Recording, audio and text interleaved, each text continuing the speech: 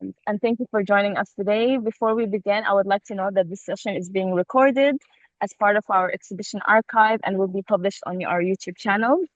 To welcome you to the RAI edition Meet the Artist. The series offers a unique opportunity to hear directly from the artists featured in the exhibition Under the Same Sky, not only about the works on display, but also about the ideas, the process, and personal experience that shapes their practice. Today, we are delighted to be joined by Adrian Sculuna, who will share insight into his artistic journey, selected works, and ways in which uh, his experience across different culture and geographical contexts have informed his creative approach. Thank you all for being here, and please join me in welcoming Adrian. Hi, Sarah. Thank you so much for the great introduction, and I'd also like to thank Chris Gallery for organizing this and putting this together. And for those who don't know, I'm also represented by the same gallery, which Yes. I'm quite happy to be part of. It's been a great experience. I'd also like to thank all those who have tuned in and who are following this talk. So yeah, I'm Adrian Sculuna. I'm a multidisciplinary Maltese artist. Um, I was born in England.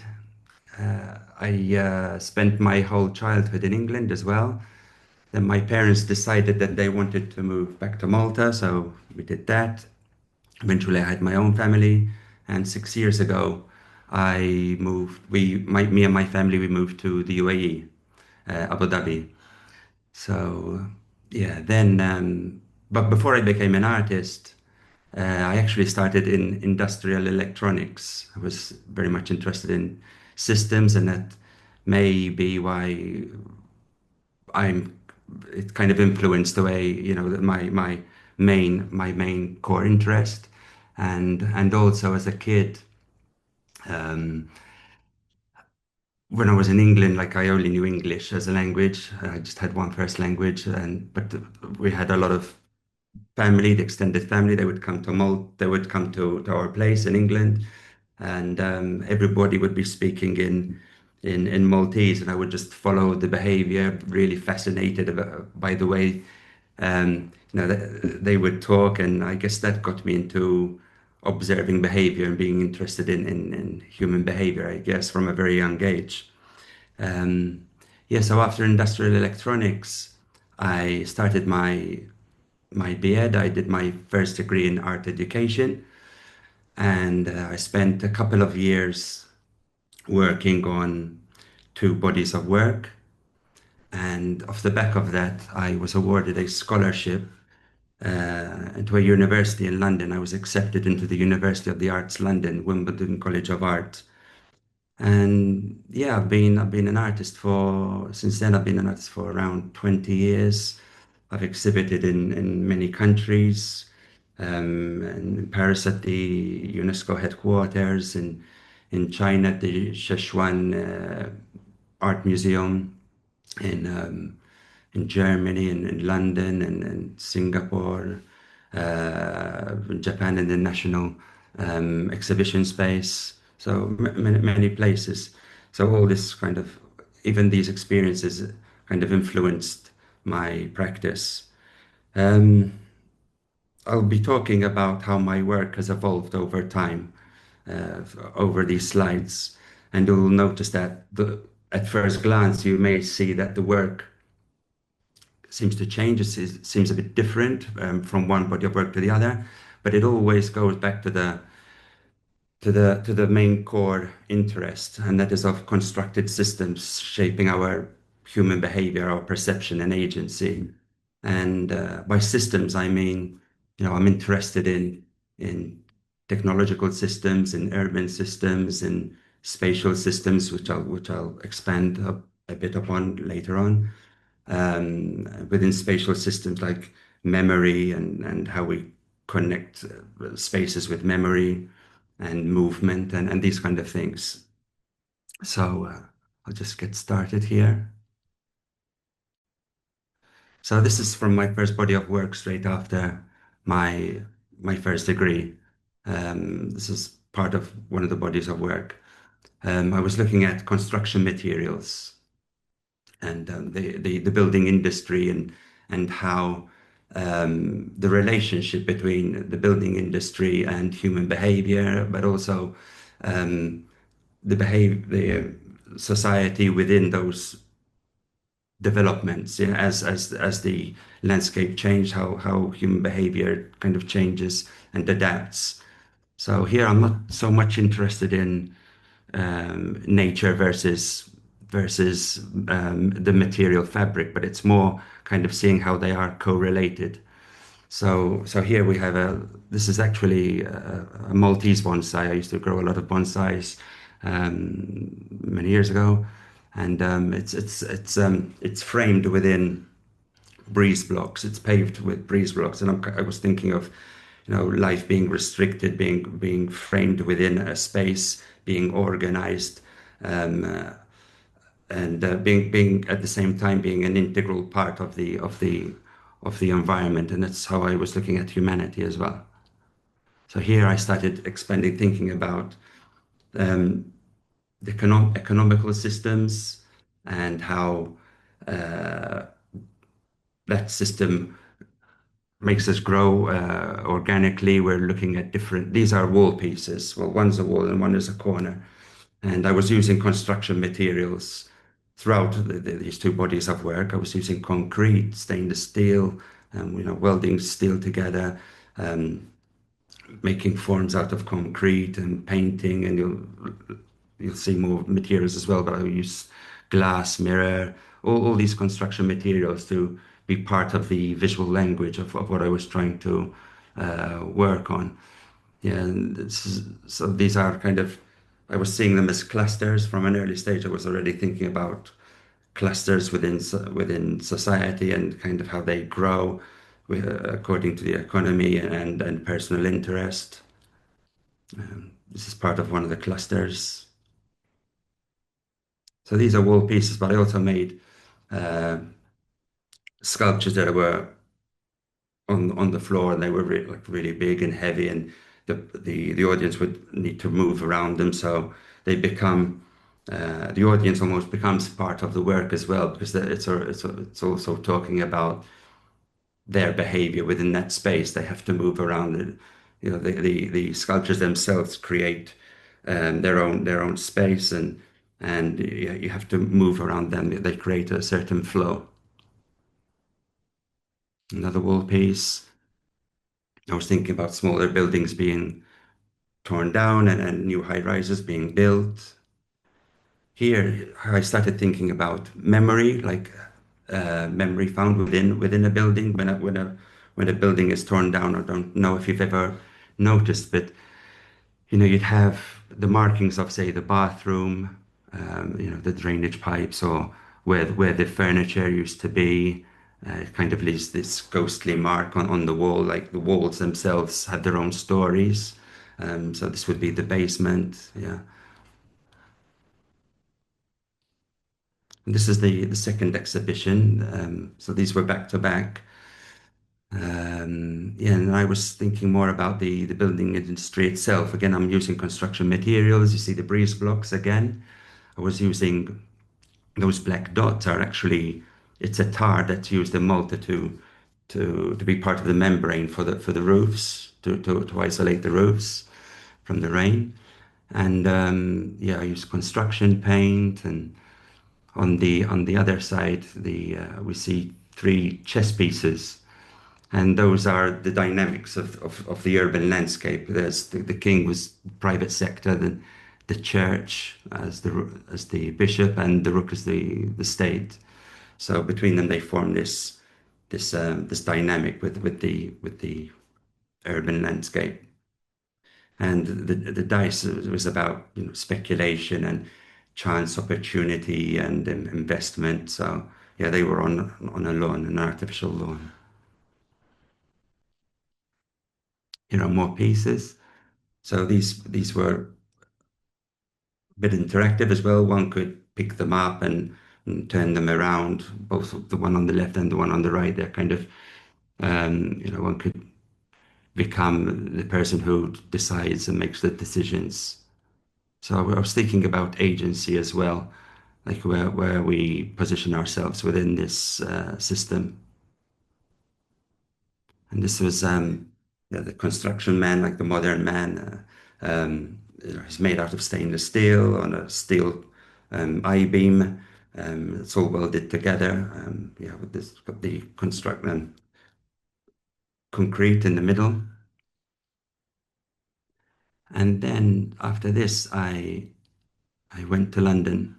So as I mentioned earlier, I uh, I started my master's on fine arts full time in Wimbledon, and I became more interested in the not just the physical landscape like in the previous work, but also the digital landscape. I was thinking of, how I needed to navigate around the city to understand where I am, and that experience for me then eventually became something more than just a tool. I started to become fascinated that this spatial experience, that we don't just live in physical spaces, but we also navigate within a digital space. We have kind of these layers of understanding of a space, and this is where with the first work where it really starts to expand.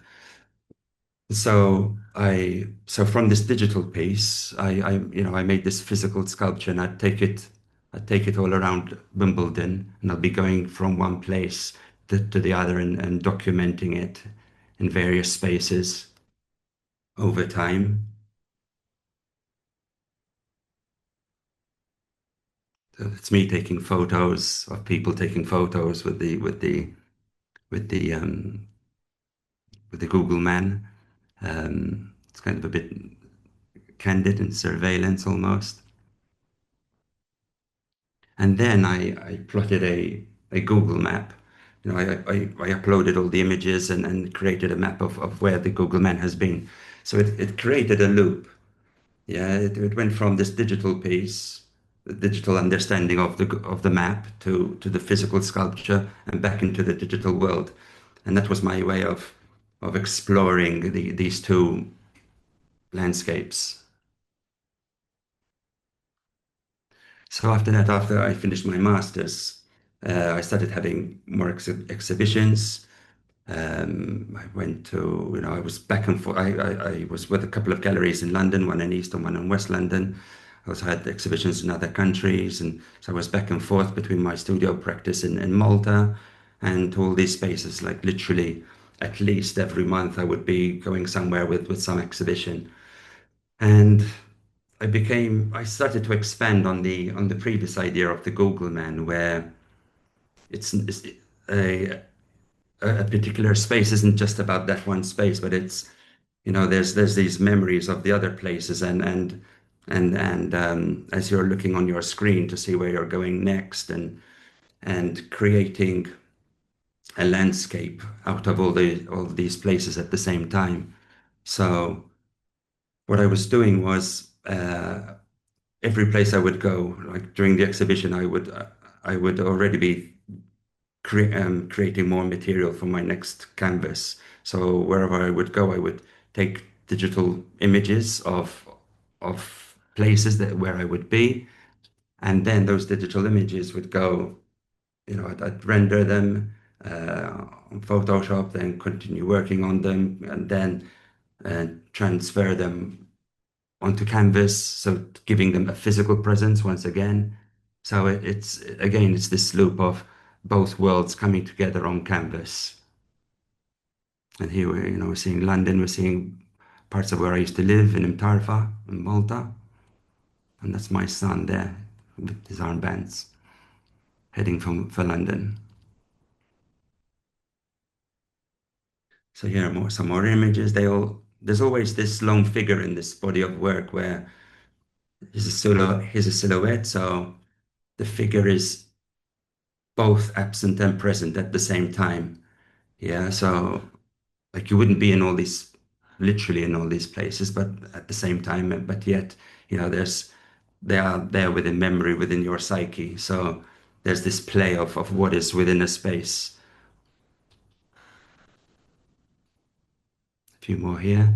Here on the right, we're seeing like that's a bit of a nod to the to the critique, to the understanding of the new world we were entering, the notion of the global village. So one of the islands is made out of all these capitals.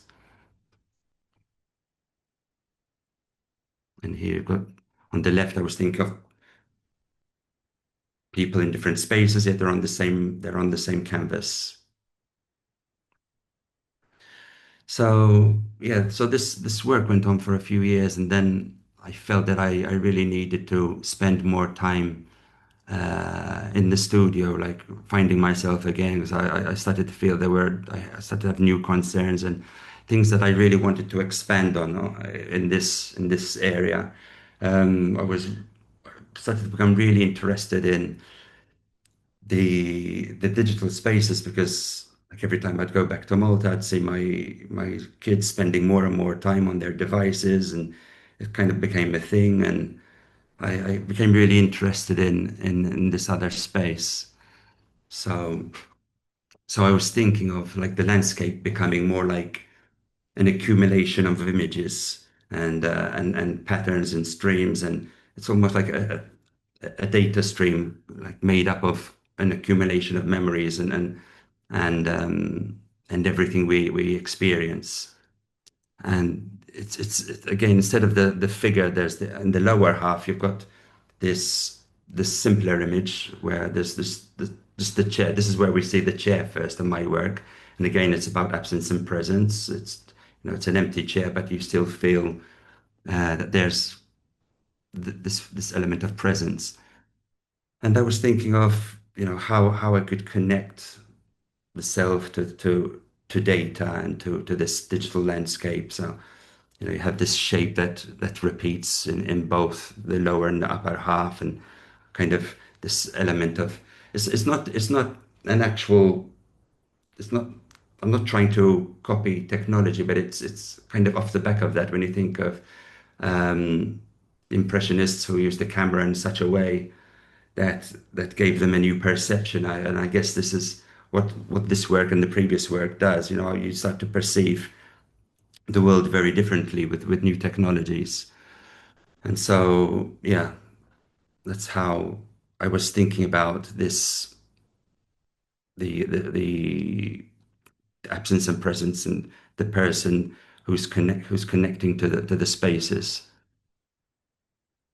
And it comes to, I was thinking about, agency. If we're attracted so much to these spaces, then what kind of agency do we have, and how attracted are we to these spaces? And I was also using all these, previously I worked on a visual language that is, you've got the collage, you've got the paint and different things happening. In this case, I was using different styles to create that sense of multiple realities, if you like.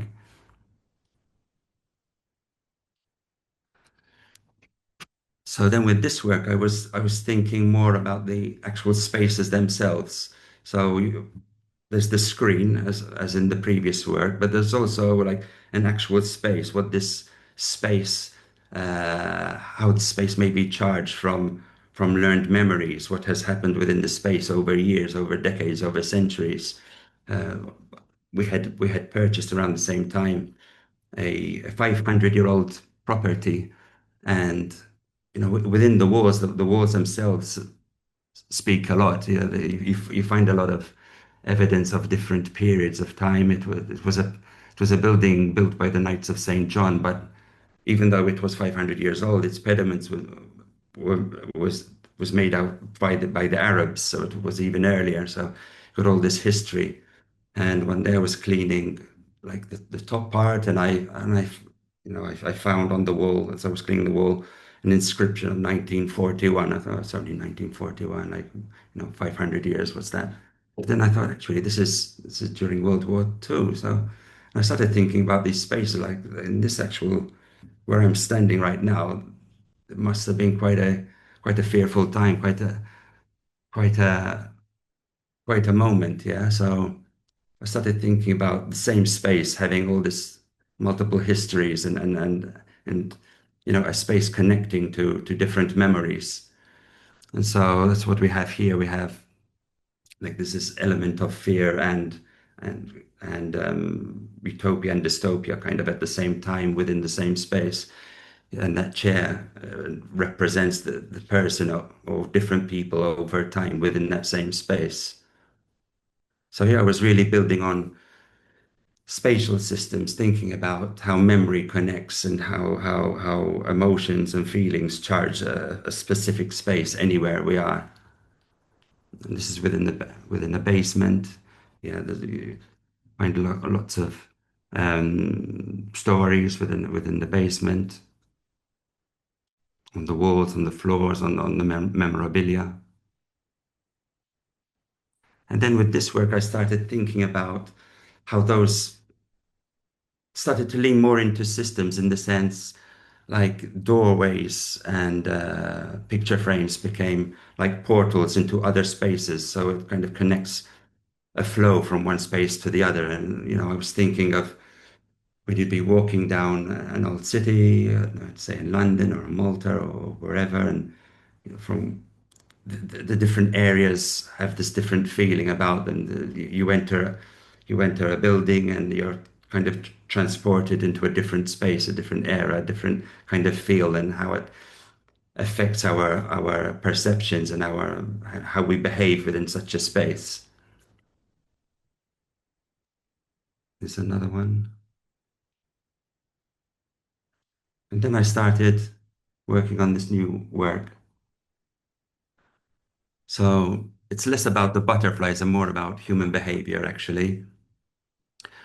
I was, I was making two bodies of work, but yeah, this one is more to do with the individual within a space. So the butterfly is in multiple spaces at the same time. I was using origami to talk about like nature as a construct within this virtual world of the butterfly. And this is I was using butterflies that would be found within the three countries that I've lived in. So this is the Maltese national butterfly actually, but also I've got, I painted butterflies that you'd find in UAE and in England as well. So here the cabbage is made out of Facebook pages, and all these Facebook pages are uh, to do with butterflies. They're all enthusiast Facebook pages, and the butterfly is consuming Facebook basically. On the left, we see a divide, and if you look closely here, there's a pattern, and it's like the butterfly is leaving one system and crossing that divide, which is like the screen, and connecting with the origami butterfly beneath it. So it remains within a system. We never really escape systems. It's always part of our lives. That's how I see it. And like on the right, the butterfly is kind of becoming part of the virtual world of origami butterflies. So yeah, all this work is about behavior of the individual within a technological environment, especially. So on the left, so here we're seeing the start of two different bodies I've worked on. The left, it's the individual within a globalized environment. It's kind of trying to find its individuality. Whereas on the right, we start to see clusters. Um, those are all butterflies that you'd find in the UAE, by the way. It's to do with kind of, I see it as a system as where you kind of from a distance you feel that you can enter and but also exit from this pattern. Yeah, and it becomes about the patterns. And I was thinking of kaleidoscopes as a kid. I don't know if anybody has experienced them, but as a kid we had these tubes and you could turn them around and you'd see all these kaleidoscope space shapes and patterns. And for me, this was like, entering another world. And so this is kind of my take on that, how I see, a way of kind of introducing this virtual world and how we become attracted and our attention is seeked into this system, and we like-minded people are become part of this system. And here I developed it further. So we had moved to the UAE during COVID actually, and this yeah I was at the time I was already thinking about like the bubbles, the social bubbles that we were told to stay in. You know, you always stay within a small group of people, always the same people. I was also thinking about, gated communities with their own demographics, all kind of similar types, and also with technology, a following that be people who are interested within the same information. So this work is about all those things, I guess. Um, yeah, and the Pasha butterflies who are leaving these clusters, they are still again within another system there. There's that interplay with the organic butterflies. They're interacting with the organic butterflies.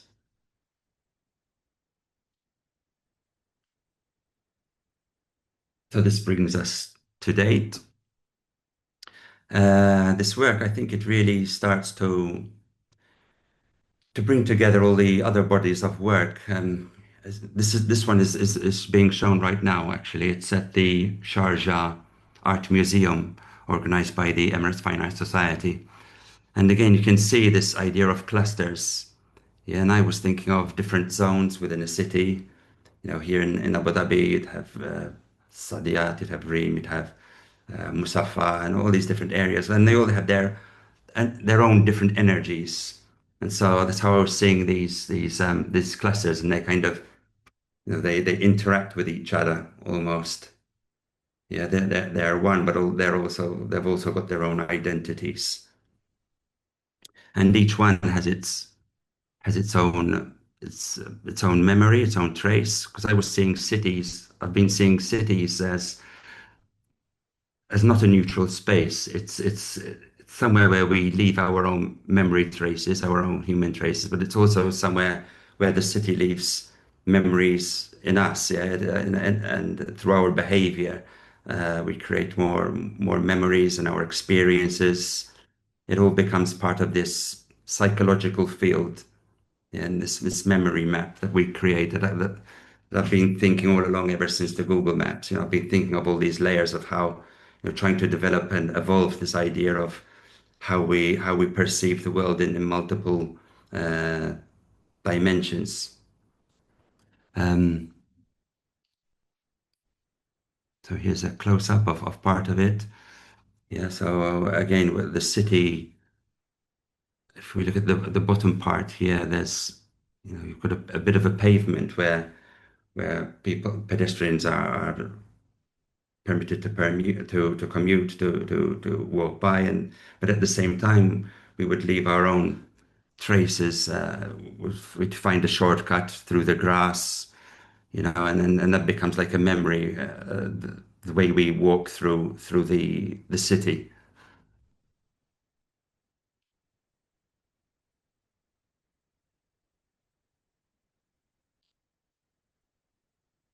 So yeah, looking at walls, like creating partitions from where you can enter and where you can't, and creating boundaries, and our behavior becomes more structured within the city.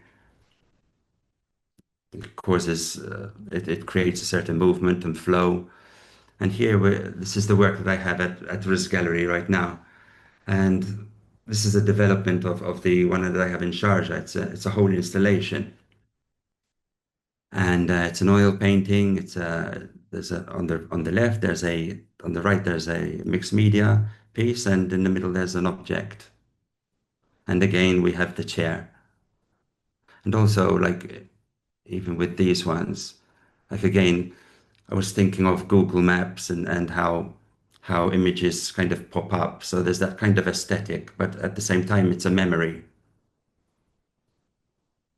Like each piece is like something that's popped up within memory. There's a close up. So here, this is the chair on the painting. On the right, we can see the chair that's on the left. This is the like psychological map that we create, and everybody experiences. Everybody has his own experiences of a city. So we all uh, connect to this map in different ways.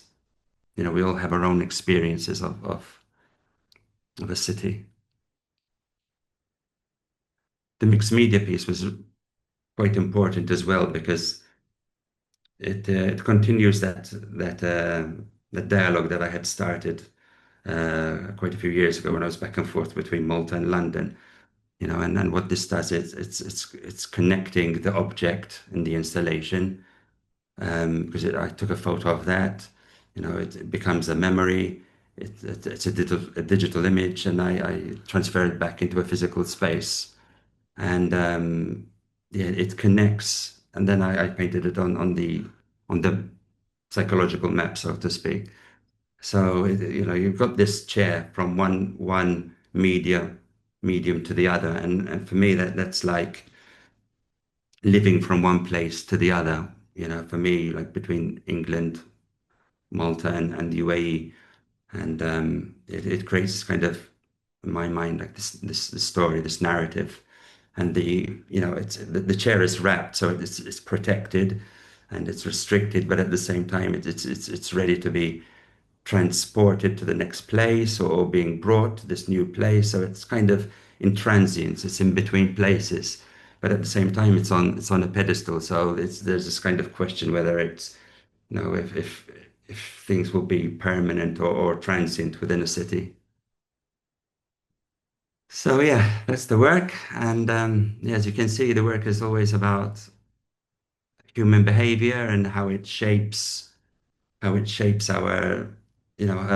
constructed systems, how they shape our human behavior, our perceptions, and our agency. Yeah, Thank you so much, Adrian. Thank you for welcome. sharing, your artistic journey, but also like looking into your work spanning over the last 2 years, or let's say a decade. It's So like we'll be 20 open. years. Yeah, good. We'll be open for questions. If you would like, you can turn on Yes. your audio, or you can drop in a message on the chat, and we will answer them.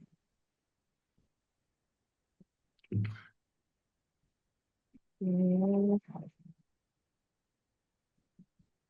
Apologies let's if I was see. losing my voice along the way, along the Oh journey. no.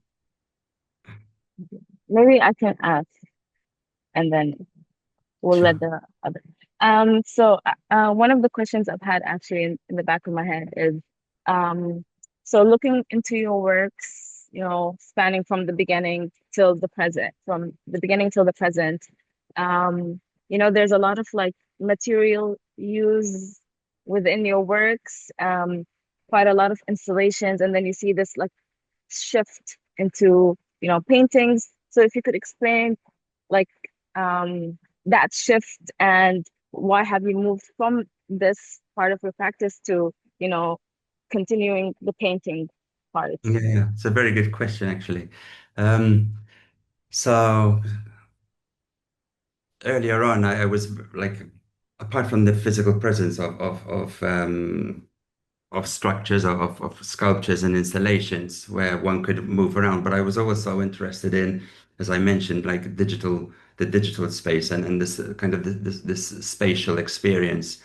And I was reading a lot of material. Like at the time, there was this author, Paul Virilio, who was talking about everything becoming accelerated, and we see everything on a single surface, and everything is speeded up, and you have immediate access to everything at the same time. So I think painting in some way address that. The painting became like a flat screen, but also it's a reaction to that because painting is a lot slower, and it gives you time to think. And because his critique was life becomes so fast that we won't have time to react, and you know disasters can happen. So it's a way of kind of working slower and pacing it out and meditating and really understanding the world. And yeah, I use materials, as you say, like it depends on the project. I would. if I'm really thinking about the construction and that process and the heaviness of the materials, and then I really need the materials to be there. Yeah, it becomes about the physicality and how imposing these sculptures become. And like more recently, I wanted to kind of with the work that I had at risk. Again, I wanted to really talk about my physical presence, and but also like the memory map is still there. So Mm, even though I have my chair, but it is it has accumulated all these layers of memory, yeah, all mm, these experiences, and that's where the painting comes in again. yeah. So they almost create an orchestra between them, they're talking between them. Mhm, mhm. Thank you. Yes. Um, Andre has asked, do you have any plans for the future? I'm guessing in your within your art. Do I have any what? Sorry? Do you have any plans for the future? Yes, yes, many. So, so multiple projects. I will be continuing this body of work. Actually, I'm really enjoying this new approach. I see it growing into a full-blown body of work.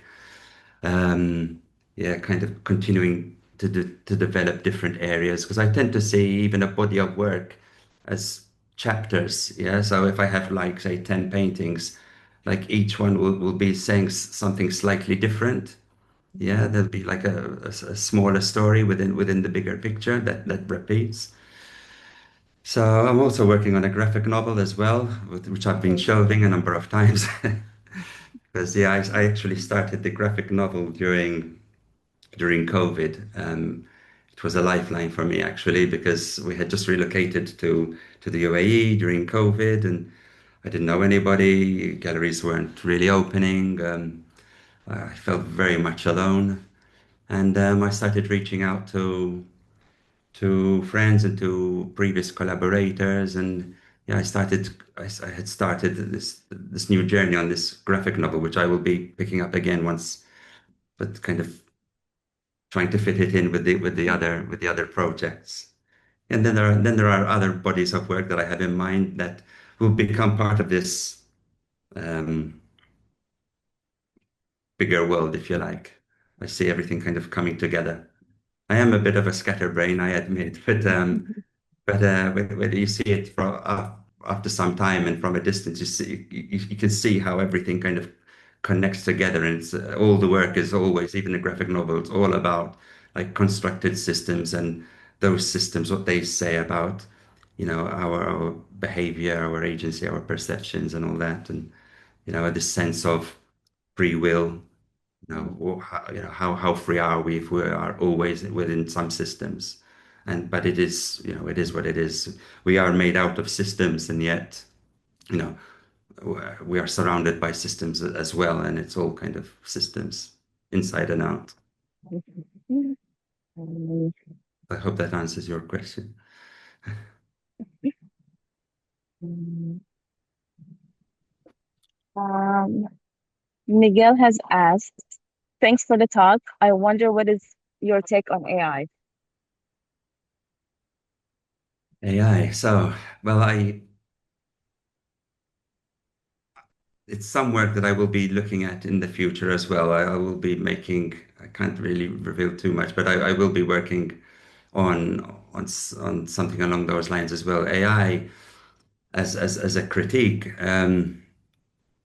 Again, it really does fit into to this discourse, this dialogue of